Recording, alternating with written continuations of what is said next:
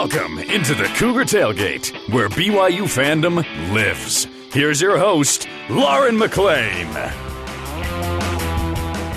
How's it going, everybody? Fall camp has begun, and we are only a few weeks away from the start of college football. Yeah! Fans and players alike live for this time of year, and every single game matters in terms of conference seeding and playoff hopes. The pressure for some of these teams and players to perform can seem almost unbearable at times, and in light of Simone Biles taking a stand for her mental health during the Tokyo Games, we're bringing on former BYU defensive back Brian Logan to discuss how he dealt with the expectations and mental and physical strain that came with playing D1 football. But first, what about the fans' mental health? Because it's a thing. It really is. We're going to talk about some of the crazy things fans do and why sports bring out the worst and best in us as spectators. Joining me now is the one and only Ben Bagley. What's up, Ben? Lauren, get ready to sing with me. Okay. It's the most wonderful time of the year. Yes, it is football season. It is football season. That was beautiful. I don't sing very often in public, but for you, I pull it out. But when I do, it's because college it's on football Cougar Tailgate. That's right. We do lots of strange stuff on this show. I love it. Okay, Ben, it's important for all of us to make our mental health a priority, and I can't imagine the pressure these athletes feel when it's collegiate, professional, or Olympic level. And Tanner Mangum, former BYU quarterback, he's been very outspoken and a great advocate for mental health and making it okay to talk about it. And I was super impressed with Simone Biles, who is a superstar of the Olympics, with unimaginable pressure. I can't even imagine on her from everyone, and I'm sure she put on herself. She decided not to compete because she felt she wasn't in the right mindset. So, Ben, what went through your mind when you first heard about Simone Biles stepping down?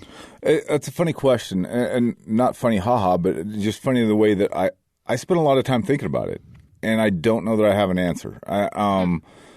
It's kind of hard for me. I grew up in an era where you have certain expectations and stuff like that, and I'm not saying that it was the right way it's the right mindset to have. It's the way I was raised. It was the way I was brought up.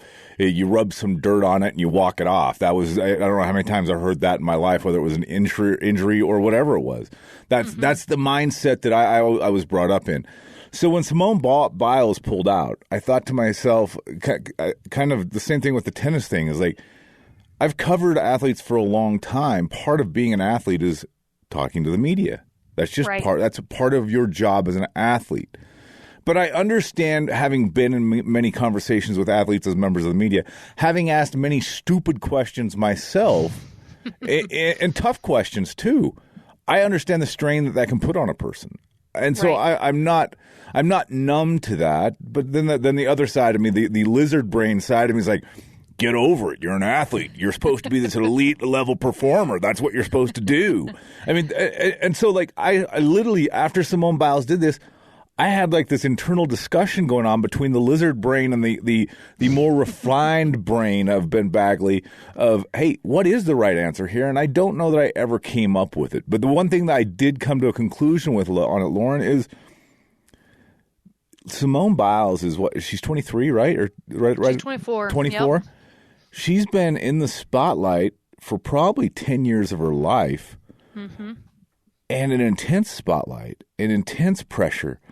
And then I thought, you add on top of that some of the abuse that she survived, both mentally and otherwise. I am surprised she's made it to the point she has without just a complete and utter breakdown. Absolutely. And it's not just her, it's all the athletes we have expectations and spotlights on. And I feel bad for them. And I do worry about their mental health and well-being, even though part of me is just like, you're an elite athlete because you overcome these obstacles. So I still have that tug of war back and forth, but I lean heavily the way of, hey, whatever's good for you, you do what's good for you, even if that means taking a step back. But you do have to keep in mind that every time you're put in that position, and as an athlete, you're put in a position to get the spotlight, but also get the money that comes along with it. Every decision you make is going to have consequences. And if that decision is not to talk to the media, that's going to cost you sponsorships and other things. So there's a back and forth there and a tug of war. I don't know what the right answer is. I don't know what the wrong answer is. But I do know what the wrong answer is. The wrong answer is we don't care about their mental health. They're athletes. Go entertain us. I love your honesty. And honestly, I probably felt a little similar when I first heard about it. I think a lot of people kind of immediately jump on the train like, good for you, just because that's what you're supposed to do, quote unquote. I felt a little similar to you, except when you really think about it, in light of Simone Biles, she was started in gymnastics when she was this little girl by her parents, right? And she just happened to be very, very good at it. And so they kept her in it. And I'm not blaming her parents either. I'm just saying these kids are young and they started in this as young and they really don't know sometimes, I feel like, what all is to come, if that makes sense, Ben. So I actually love that more and more athletes are speaking out, getting help, and taking care of themselves. Don't you think? On that note, by the way, I'm happy that not just athletes, but we as a society have become more comfortable in speaking out and saying, hey, we need to take care of our mental health too. That's important. It's okay to say, I need help.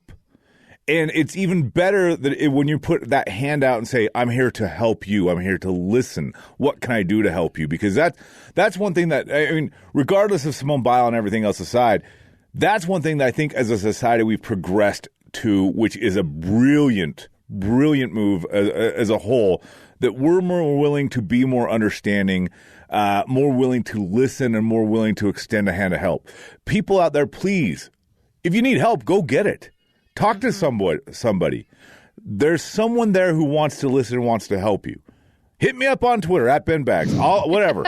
I'm serious. Like I want to be there to help these people. If it's just listening, I can do that. Right. I agree with you. Athlete or not, it's a great thing to take care of your mental health, and that's a great trend that has been moving forward in the last few years. So we're bringing on Brian Logan later to talk about those pressures, but I think you and I need to talk about a different type of mental health, Ben, and that's that of the fans, because sports are not sports without fans. I'm not going to name names, but I have a close relation that just about loses her mind when their team is losing, so much so that she had a self-intervention and can no longer watch BYU football or basketball anymore. And she just asked the results when the games are over. That's how she has to deal with it. And we're all better for it, Ben. We really are. Ben, so do you know any Uber fans that could use a mental health intervention? Yes, too many of them. I know where to start, right? Oh, do we want to start? You want to start at the A's or the Z's? So we can go for. It's funny because taking that transition from we're talking about serious mental health, to kind of a little bit lighthearted with the fans. Yes, Lauren, you know me. I've been in this business for 20 plus years, and in a way, it's kind of killed my fandom. And serious, like I don't get worked up over games anymore. Occasionally, I do. And it's always a Raider game. That's the only team that I've allowed myself to remain a fan, and it's frustrating, and it's an exercise in idiocy, I think. But I was going to say patience, but it's just you do the same thing again and again. You're just an idiot. But there's a lot that goes into that. But to see people, and we work with people. I live around people in the same house as people who are super fans. And they live and die by every shot. I always make fun of my wife and my mother-in-law watching Utah Jazz games because every time the ball doesn't go in, that's a foul, ref. Was it? That guy fouled him or else he wouldn't have missed a shot. You might want to double think. They're like, sorry, by the way, honey and mom. Love you both very much. It's crazy having to go to sporting events, looking at people around covering, and I'm just like, these people need help. Yes. I might need help. And I need help. I absolutely do. And I'm glad you mentioned earlier that we took it from obviously a serious tone to more lighthearted. But we're all there. We've all been there, and I get there. But I'm becoming more self-aware, which is a great step in mental health as a fan. So Ben, I came up with a few different types of fans that I feel need some help. All right, and I want you to add to this list. Number one.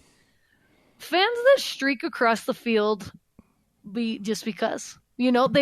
Most of these fans, and maybe some would do that otherwise, maybe that's just who these people are. But a fan that would streak across the field, to me, needs some help. What are your thoughts? They need more than help. They need just to be put in a cage. Look, whether it's a streaking or rushing the field, and this makes me unpopular, by the way, in a lot of circles. Longer. You're putting those in the same category, streaking across the field and rushing the field? You don't belong on the field. That's not your place to go. Wow. I've been on too many fields where fans rush the field, and at the end of a game, it's probably not the best, where at least half the people on the field are not in the best emotional state. I am surprised every time that more and more stuff doesn't happen. It's just not a fun place to be. Well, as a former sideline reporter, I have gotten taken out a few times. Yes. For fans rushing the field. There's people working there. People. Yes. No, and that is. I'm like, do you not? Yeah, they just lose all sense of. I don't even know. I don't know. I want to punch them in the face. So obviously I need help as well. But yes, I do agree with that. Fans do lose their mind when they're rushing the field. But streaking across the field is definitely on its own level. All right, number 2, worshiping teenagers as a grown adult. We've seen it, Ben. We've seen it over and over again. I see, and it makes sense, right? Like you, especially these people that live out of state, they get to watch BYU football or basketball, whatever it is, and they're just huge fans, and then they get to meet these guys, and they just go crazy. And then if you really take a step back, and I have done this where I have met, somebody that I'm like, whoa, that's really cool. And when you take a step back, you're like, no, this kid's like 19. It's a little strange, don't you think, when you think about it? It is strange. We all do it. It's hero worship. Yes. Yes. And frankly, tying this topic back to our original topic with mental health of athletes, it's what leads to that, because we don't treat them as people. We treat them as objects because they're heroes. They're on our posters. They're on our shirts, and we buy their shoes. And that's not the teenagers necessarily, but right. That same thing. We objectify them in a way. No, absolutely. I know. I can't even imagine the pressure. And just because they are really good at a sport, oftentimes, it's just kind of crazy. All right, number 3, throwing themselves in front of people or down bleachers in order to catch a baseball. Think about that at baseball games, what fans do to catch like a foul ball. It is bonkers. I love the Sports Center highlights where they just mock that guy. And it's always a guy, I'm sorry, man, but we're the dumb ones, who runs over or steals a foul ball from a little child and then celebrates. And everybody in the stand sitting around are like, are you serious, dude? And the Sports Center anchors are making fun of him. And it's almost every night on sports. There's always that guy out there, either takes out the kid or jumps in front of the kid and gets that foul ball, like, yeah, I'm the man. And then you just, some of them all of a sudden realize how stupid they are and give the ball to the kid. Other guys just like, no, it's mine. I am the conqueror. I won that ball. It is my trophy. It's not worth it, peeps. This little 5-year-old's crying right next to him. I know, it's insane when these guys go home and they're like, that was really stupid. Why is this ball cool? It's not. Ben, thank you. That was a great discussion. And up next, it's going to be an even better one because Belo's coming on. He's going to join us to talk about the importance of mental health in athletes and what he experienced while playing at BYU. This is Cougar Tailgate.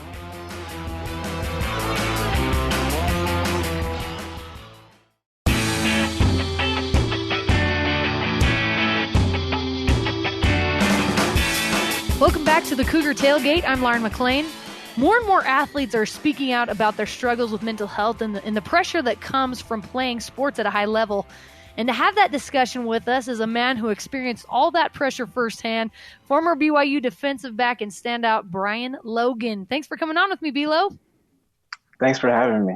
I appreciate you, reaching out and thinking about me. And I miss talking to you. I've been, we haven't talked in a long time, so I appreciate the time and our opportunity to catch up. Absolutely. I've missed you too. We had some good times back in the day. Today we're talking about Simone Biles and how she's making headlines for putting her mental health and physical health first after she decided not to compete in a portion of the Olympics because she didn't feel ready. So Brian, what were your first thoughts when you heard about her stepping down from that competition? When I first heard of it, I really didn't think anything of it. I kind of said, good for her. Like I said, oh, good for her, good for you. And it was more of like an athlete to athlete type of a nod. just because I know, if you're not ready for a game or a situation and you have the opportunity to pull out, definitely take advantage.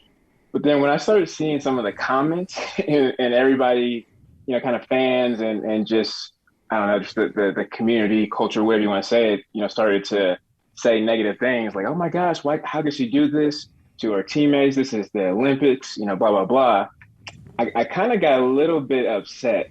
And more so, not because I'm an athlete, right? And I can relate to her, but just from a human standpoint, right? Regardless of, what we do, our day-to-day work, at the end of the day, we're still all people and humans. And for people to, not really see that and understand that kind of bugged me a lot. And I think that just shows how much athletes are put on a pedestal. It shows how much is expected of us. And with those two things being said, it's hard for us to be human, right? So we can't do anything wrong. We can't have any mental issues. We can't have any struggles. We essentially have to be perfect. And I think you're starting to kind of see that a little bit more transparency on both sides, right, from the athletes and from the fans. And Brian, I love that because I think it's a healthier mindset for athletes in the way, because Lauren and I were talking about this earlier. I mean, I know you went through this as an athlete and at a much higher level than I did as a stake all-star in Ward basketball. But I mean, we talk about us putting athletes on a pedestal. Athletes put themselves on a pedestal. And I know you played many games with broken bones or pulled ligaments or something, but you think, I'm good enough, I can still do this, and I don't want to let my team down. It's nice where athletes are getting to the point where they can self-assess, and this, I'm talking about physical injuries here, but we've got no clue about the mental injuries these guys are going through, these athletes are going through, and the opportunity we're now seeing that athletes are mature enough to say, I need help, and right now I'm not at my best. I'm comfortable enough to say my team's got this, and I'm able to take a step back. Now, I didn't like the backlash either, but it's nice to see athletes getting to that point where they feel comfortable in doing that. Yeah, 100%. I think the biggest thing that you said there was the self-assessment, and it's something that I've learned recently. I've gone through a lot of mental struggles. Just with my divorce, the last couple of years, and what I've learned to do was self-regulate my emotions, and I think, us as just individuals, how we grow up, we're never really taught that, right? We're never really taught how to self-regulate, meaning, what's the process when I feel an emotion? Is it okay for me to feel this emotion? What should I do about it? How do I let that emotion go through my body? And how do I, ultimately deal with it? We're kind of taught that a little bit when we're kids, right? We just have our parents yell at us and say, stop crying or stop doing this, stop doing that. And, with athletes, I think it's much harder because the majority of our assessments come from our coaches. And so we're really, until we're done playing, we're never really become mindful and have the awareness to do certain things on our own. And so my hope is that, and I think what every athlete needs to do, especially at a high level, is to learn how to regulate their emotions so that it doesn't go deeper into mental health issues, right? So I believe that you have your physical health, you have your mental health, and then you have your emotional health. And mental health is in my perspective, is where the biology and the science, the chemistry is off, right? But I also believe that emotional health, if not dealt with accordingly, can then lead to some of the mental health issues. So for athletes to be able to assess that themselves and say, you know what, if I don't do good, perform good today, what's going to happen? Is the world going to end? Nope. Mm-hmm. Am my scholarship going to be taken away? Nope. Yeah, we lose and it sucks, but what's going to happen the next day, right? Like life continues to go on, and having that process and that framework, with me from being divorced has really helped out. And I wish I would have had that, playing, because you end up putting so much pressure on yourself. You don't go through that framework and through that process to where ultimately it's not going to, it's going to transfer over on the field in a way where you're not productive and you're really not benefiting the team. And honestly, I feel like that's why it's so great that things like therapy and sports psychologists are becoming more and more common, because like you said, you feel like you didn't have that during your playing days. And I feel like it's becoming more prevalent, which is important. And below each level comes with a different pressure, like high school, and even below that, there's some pressure that are put on these little kids. But for those of us who haven't played sports at that high of a level, tell us a little bit about what that pressure to perform is like. Here's a quick story. This was going into my senior year, so 2010, spring ball. I can't remember the details. I had a lot of stuff going on. I think finals, some stuff back home. I think I had some issues with a couple of girlfriends. Oh, that sounds bad. But some issues with a couple of girlfriends here, right? Don't judge me. But I had some issues with a couple of girlfriends, and we were just starting spring ball, and I was like, I can't do this. And I remember, I think this was just like going to the second week. I remember I missed 2 days, and I had talked to Coach Hill, which was the defensive coordinator at the time, and Bronco, and I was like, look, I need some time. Like I can't focus. Like I can't even think straight. I remember coming back into the building, and I saw Bronco, and he said, all right, so how are things going? I was like, oh, they're good, which was a lie. And he said, no, they're not. So he turned me around. We went to his office. We talked a little bit, and then he scheduled me with Craig Manning, and which was sports psychiatrist. And man, that changed everything for me. I mean, I was after 2 sessions with him, I was back. I felt completely brand new, and a lot of it really was undealt with emotions, which led to anxiety, right? So it's a lot of fear, a lot of pressure, like, oh, it's my senior year. Oh my gosh. So all that pressure, built up, that led to the anxiety, like, oh my gosh, I can't do this. I can't play. So, Craig Manning, he helped me out, kind of put things into perspective. And I think coaches need to be more open in saying, look, you have to have mental health, you have to have emotional health, and you have to have your physical health. If you don't have these three things, together, you're not going to perform well. And I think that automatically would remove a lot of the shame that athletes feel when it comes to like, hey, to speaking up and to saying something. How does that also relate? You talk about what coaches need to have more understanding and see deeper than just the physical pain. What about fans and media? I mean, I always think it's weird that having done this job for 20 years, you lose a close game, you get the 10 to 15 minute cool down period, then you got to go answer questions from a bunch of dumb reporters like myself who think they know what they're talking about. Or as you're walking off the field, fans like, "Oh, you suck!" I understand people that the don't passion. even know you. Yeah. They don't know you. They don't know what you've been through. They don't know anything about it, but they're willing to give you their 2 cents right away. It's not just the coach's standpoint of understanding, but maybe fans and media as well.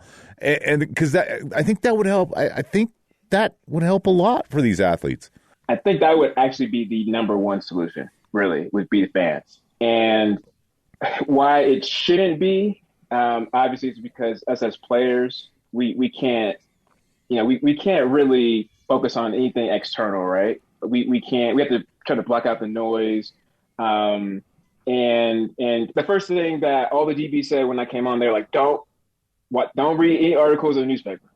And it said at this level, things can get really, things can get bad. And that can, hurt your mental side of the game.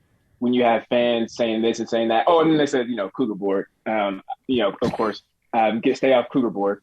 But I think as players nowadays, it's 10 times worse because there's so many social media platforms and people responding with comments. And so I do believe that would be the number one solution.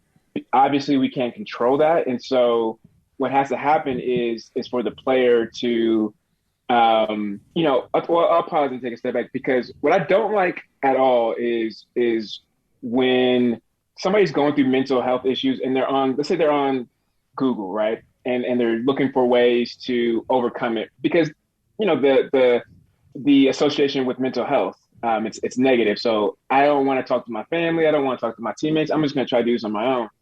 A lot of the stuff that you see out there is just feel good. Like, oh, just be more positive. Like, just go, don't think about that. Well, it's kind of hard for me as a player to not think about it. It's hard to be positive when it's in my face, right? Right. I can do certain things physically, like turn off Twitter, get off social media, things like that. But at the end of the day, I can't turn off my emotions. And so in order to really overcome, what the media and fans are saying about you, you have to have a framework and a process to regulate your emotions. So when you hear something, when you read something, you can say, well, that fan thinks I suck. Well, I have 10 million other fans that love me. So this one fan, it's okay if he doesn't. And then literally, when you go through that process, you're just done. You're not thinking about that anymore. It doesn't fester, it doesn't stay, within your body physically. I know I sound like a broken record, but being able to regulate your emotions is the best way that you can, stop the chatter internally and also externally. Brian, this has been some amazing stuff. I've loved it. It's a good reminder to all of us, media members and fans alike, to remember that athletes are human beings and they can see what you put on the internet, unfortunately. So, Brian, thank you so much for coming on with us and taking the time, my friend. Yep, no problem. Anytime. Let's catch up soon. And Ben said he'll buy both of us lunch. So yes, whenever you guys are ready, Thanks. I'm ready. And then also, Ben said that he would send the invoice to Jerem. So Jerem's going to pay for it, basically. That's accurate. Thanks, Ben. Thank you, Ben. All right, guys, and that Appreciate does it you for us guys. today. Thanks again to Ben Bagley and Brian Logan for coming on the show with me. You can join the Cougar Tailgate virtually, of course, every Saturday at noon Mountain Time, or download, rate, and review our podcast on Apple, TuneIn, Stitcher, Spotify, or on BYURadio.org. This is Cougar Tailgate.